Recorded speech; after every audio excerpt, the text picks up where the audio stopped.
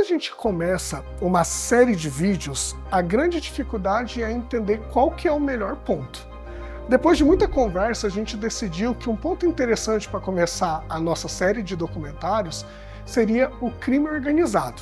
Mas para entender o crime organizado no Brasil e a sua origem, a gente precisa conhecer um pouquinho de um lugar que se tornou protagonista nessa história, o presídio de Ilha Grande. Num pedaço de terra, cercado de água por todos os lados. A Ilha Grande fica entre Santos e o Rio de Janeiro. É a maior das ilhas do litoral de Angra dos Reis, já no estado do Rio. Ali, há mais de 100 anos, o governo federal construiu 2 penitenciárias. Uma menor, voltada para o continente, e outra na face oposta, virada para alto mar. Essa sim, conhecida como Presídio da Ilha Grande. Durante os anos da Primeira República, na região do presídio existia um posto de fiscalização sanitária para os navios que podiam trazer a febre tifoide da Europa e algumas mazelas da África. Na década de 20, foi construída a cadeia para os presos idosos e para aqueles em fase de término de pena. O presídio da Ilha Grande foi o mais pobre de todo o sistema carcerário do estado do Rio de Janeiro. Faltavam comida, colchões, uniformes para os presos, cobertores e várias outras coisas. Faltavam armas e munição para os soldados, inclusive. Era comum que eles mesmos as comprassem em caráter particular.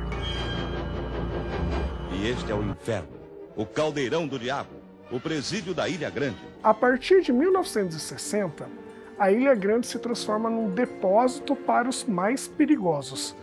Vira prisão de segurança máxima. Do presídio mais temido pelos criminosos de todo o Brasil. Aqui, no Instituto Penal Cândido Mendes, viveu gente como Madame Satã, Lúcio Flávio e o ex-policial Mariel Marisco. A cadeia construída para abrigar 540 presos possuía 1.284 homens no ano de 1979. Até bem pouco tempo atrás, só eram trazidos para o presídio da Ilha Grande os bandidos mais perigosos. Este homem, por exemplo, Júlio de Almeida, condenado por 5 homicídios. Eu não sabia para onde estava chegando. A gente chegava aqui, ficava 20 dias no cova de silêncio, num cubico, sortado assim no meio da massa, sem conhecer ninguém. Muitos homens condenados por crimes menores também enfrentavam a convivência com o que há de pior nos arquivos do Tribunal de Justiça. A Ilha Grande ganha status de um curso de pós-graduação no crime. Ao longo dos anos, o presídio teve muitos prisioneiros ilustres, em geral condenados por crimes políticos, seja durante o Estado Novo, o governo autoritário de Getúlio Vargas, seja nos anos de chumbo da ditadura militar que se iniciou em 1964. Presos políticos, como os escritores Graciliano Ramos e, mais recentemente, Fernando Gabeira. Este presídio, criado há 40 anos, está numa ilha que já teve índios antropófagos. Foi ponto de venda de escravos e foi onde Francisco Palheta plantou o primeiro pé de café. Aqui aconteceram histórias incríveis. Histórias de torturas, espancamentos, mortes, assassinatos, rebeliões e fugas espetaculares. Muitas histórias conhecidas e muitas que jamais vão ser contadas.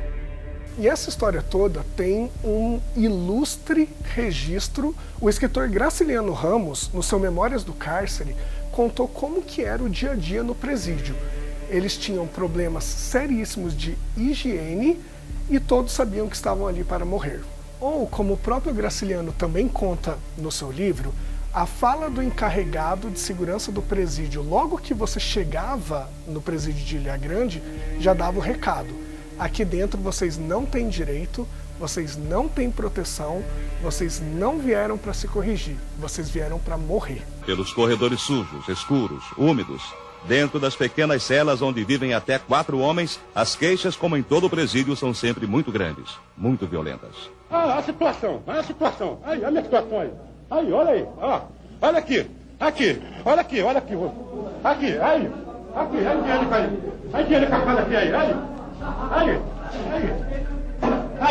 dinheiro caindo aqui, aí.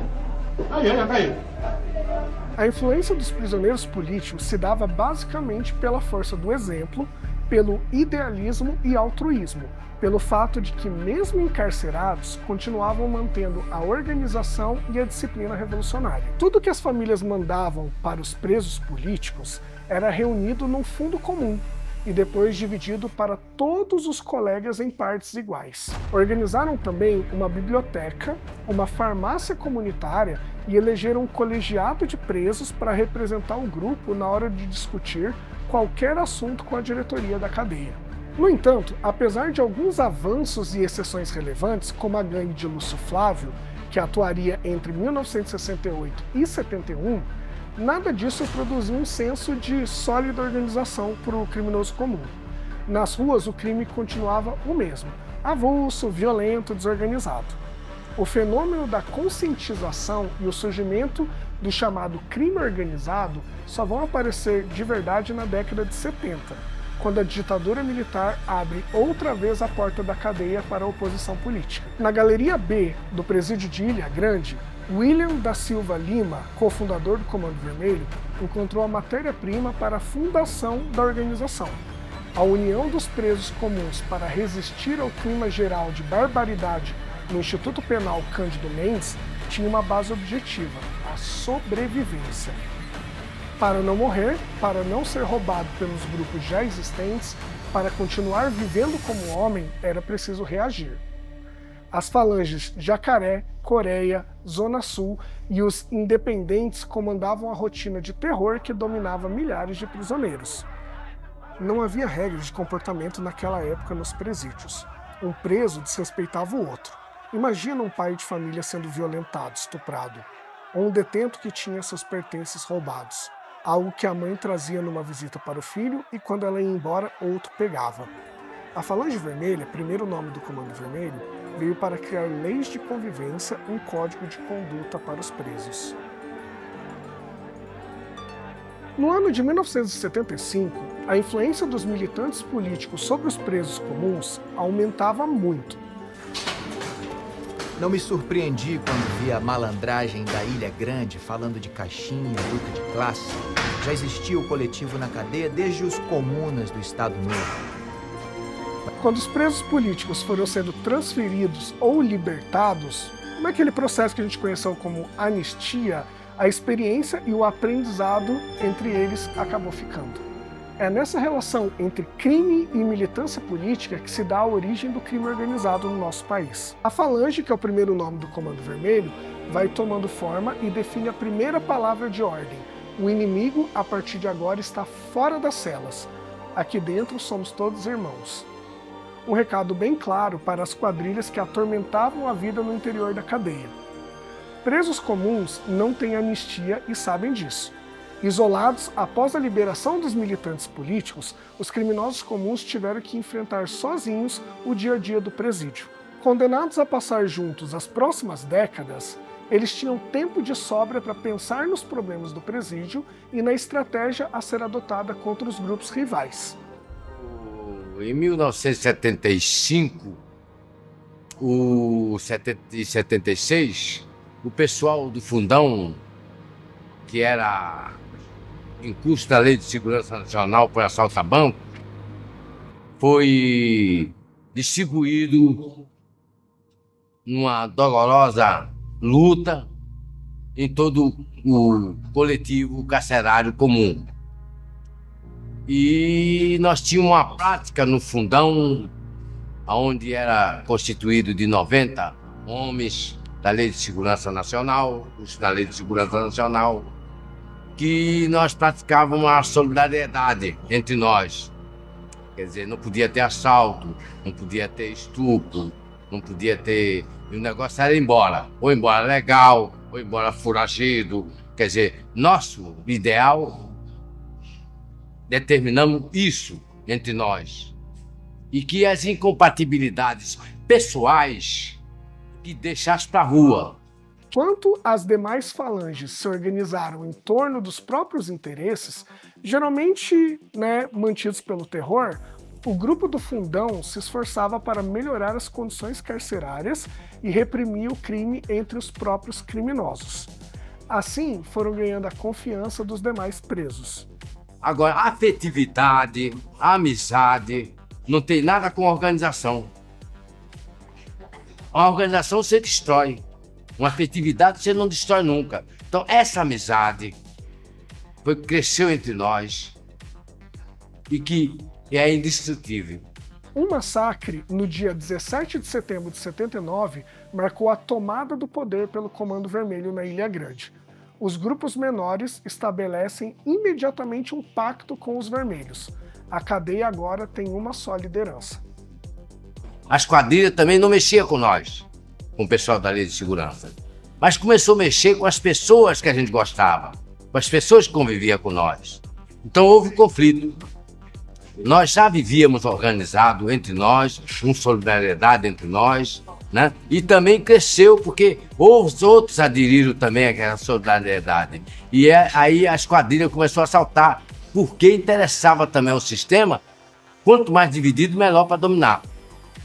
E aí o conflito em 79 foi inevitável, houve troca de faca mesmo, e morreu 6 dos quadrilheiros, né? Outros fugiram, se pediram seguro, e outros nós recuperamos. E foi determinado, né? Foi imposto que daquele dia em diante não existiria mais estupro, não existiria mais assalto, nem morte por coisas banais. E todo o sistema aderiu, isso até hoje. Durante a metade de uma década, entre 1974 e 79 especificamente, a força da organização ficou limitada pelos muros do Instituto Penal Cândido Mendes. E daí nasceu um relatório do diretor da prisão, que denominou o pessoal da Lei de Segurança como Falange Vermelha ou Comando Vermelho. Um nome que a gente rechaçava, porque nós éramos conhecidos no coletivo como pessoal da Lei de Segurança. Pessoal da lei, eu diria, pessoal da lei de segurança. Mas depois fomos assimilando o Comando Vermelho também, porque é vermelho e nós éramos também um pouco vermelho, né? E na rua, quando nós fugimos, eu fugi, e nós começamos a assaltar banco e assumindo mesmo Comando Vermelho, e é o Comando Vermelho. Novamente, a organização e o ganho de consciência por parte dos presos têm ajuda involuntária do sistema. Na intenção de reduzir o poder da organização criminosa, os responsáveis pelo sistema penal decidiram transferir alguns de seus líderes. Mas isso se mostrou um erro decisivo. Ao invés de desarticular a organização, que era a intenção deles, as transferências permitiram que o Comando Vermelho se infiltrasse em todo o sistema carcerário carioca. Para manter e ampliar o esquema da organização, o Comando Vermelho contou com inúmeros aliados fora dos presídios. Dentro desses aliados, destacam-se advogados que aceitavam ir além das suas atribuições legais, na prática servindo de instrumento de comunicação entre o que acontecia dentro e fora dos presídios. Esses profissionais chegavam a visitar até mesmo 5 presídios por dia, fazendo com que a comunicação acontecesse de forma fluida. Além disso, visando a confidencialidade das mensagens, o grupo chegou até mesmo a desenvolver uma espécie de dialeto, o que eles chamaram de o alfabeto Congo, um conjunto de sinais e ideogramas que garantiria a segurança e o sigilo na comunicação. Um fato histórico demonstrou pela primeira vez o poder do Comando Vermelho. No dia 3 de abril de 1981, 400 policiais travaram uma batalha contra um dos seus integrantes. 400 contra 1, como prefere William da Silva Lima, que tirou daí o nome do seu livro de memórias que conta a origem do Comando Vermelho. Dado como responsável pelos últimos grandes assaltos no Rio. Mais de 400 policiais de 10 delegacias, 2 batalhões da PM e do Departamento de Polícia Política e Social cercaram o apartamento onde os fugitivos estavam escondidos. Eles resistiram, houve troca de tiros e a polícia incendiou o apartamento do conjunto residencial. Na confusão... Esta foi a primeira vez que o nome e a determinação da organização é mostrada em público. Mas afinal, o que estaria acontecendo com a velha bandidagem de sempre? A principal característica do crime até aquele momento Era ação indiscriminada e sem muito planejamento. Agora, a polícia carioca vê surgir diante de si um inimigo nunca enfrentado fora da luta política. O crime comum mudou e se organizou. Na Ilha Grande vivem hoje 500 presos, todos da organização criminosa Comando Vermelho. Separar os presos por facções é uma opção do sistema para facilitar a administração dos presídios. Agora, o que não foi planejado é o poder que o Comando Vermelho assumiu na Ilha Grande. Durante a reportagem, você vai ouvir o líder dos presos, que concordou em falar, mas não quis aparecer. Preste atenção agora a esse relato impressionante. Aqui, quem manda é o Comando Vermelho. Logo na chegada, o poder dos presos fica patente. Ao lado do diretor, representantes do coletivo dos internos nos conduzem durante a visita como verdadeiros anfitriões. Esse aqui é o pátio de visita. É aqui que os presos se reúnem com as famílias. E aqui, como o presídio é muito longe, as visitas ficam 3 dias, né, capitão? 3 dias.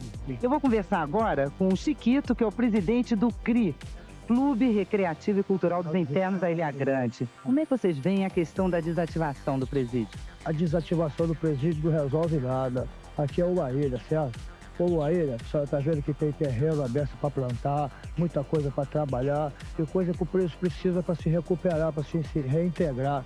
Certo? Não é trancando um preso lá na Água Santa, dentro do espaço daquele, dormindo no chão, sem condição nenhuma que vai recuperar ninguém. Bem, essa aqui é a cooperativa administrada pelos próprios presos. Quem cuida daqui é o Rony, né, Rony? Como é que funciona aqui? Nós revertemos esses materiais aqui para compras de nossos materiais de obras, ajudar nossas festas, entendeu? Precisar de um remédio, um telegrama, essas coisas assim, pessoal, né? Ao final da tabela de preços, como uma garantia, a sigla de quem manda. Paz, Justiça, Liberdade, Comando Vermelho, Rogério Lengruber. A obra na galeria é feita em mutirão pelos próprios presos. O DESIP garante que foi o Estado que forneceu o material, mas os presos desmentem. Eles tentam minorar as péssimas condições do prédio. Em 81, o grupo já tem infraestrutura jurídica, bases de operação nas favelas e administração financeira. Quem contribui com as finanças do grupo, para dar um exemplo aqui, obtém garantia de bom tratamento na cadeia. E lá é sempre melhor chegar com um amigo, né? Em 1982, para vocês terem uma ideia, o Comando Vermelho já possuía mais de 2.000 adeptos. Contava até mesmo com alguns prisioneiros que haviam cursado faculdade de Direito e preparavam petições e revisões de condenação. Outros ensinavam a ler e escrever, por exemplo. Na vida carcerária, gente, o melhor fator de convencimento, fora a violência, claro, né, é a prestação de favores. Um preso em dívida é sempre um aliado. A partir dessa fase, o Comando Vermelho deixa de ter um caráter de cooperativa do crime, com laços de amizade mais próximos e tudo mais, e passa a funcionar como uma empresa do crime.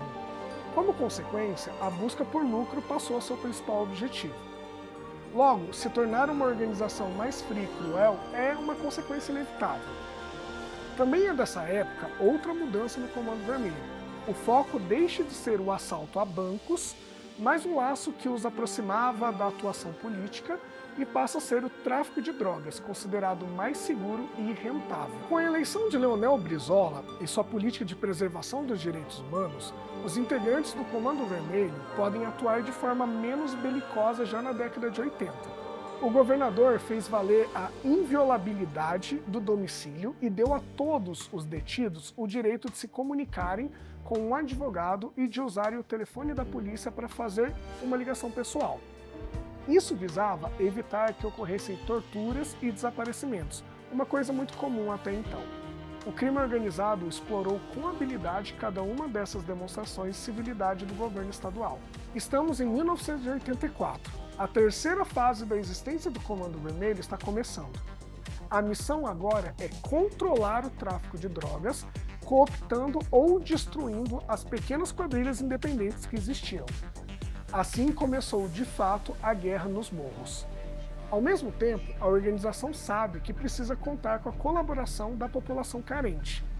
Uma população que deve muitos favores protege as atividades do crime organizado com um silêncio impenetrável. Esse trabalho social do Comando Vermelho nas favelas tem, além do interesse imediato da segurança do tráfico, uma característica: diferenciar-se dos antigos donos dos morros. O criminoso cruel é afastado ou destruído, e o que vem depois é, digamos, melhor, principalmente aos olhos da comunidade. No ano de 1985, o tráfico no Rio de Janeiro já estava completamente transformado. O Comando Vermelho detinha cerca de 70% dos pontos de venda e estava em franca batalha pelos outros 30%. Bom, eu acredito que nada ilustre melhor esse assunto todo do que um documento oficial da própria PM da época. Abre aspas. Na sociedade desorganizada, atenua-se a fronteira entre o moral e o imoral, o lícito e o ilícito. Domina o pragmatismo mais desabusado, de sorte que o crime tende sempre a se organizar à imagem do que seria a própria sociedade.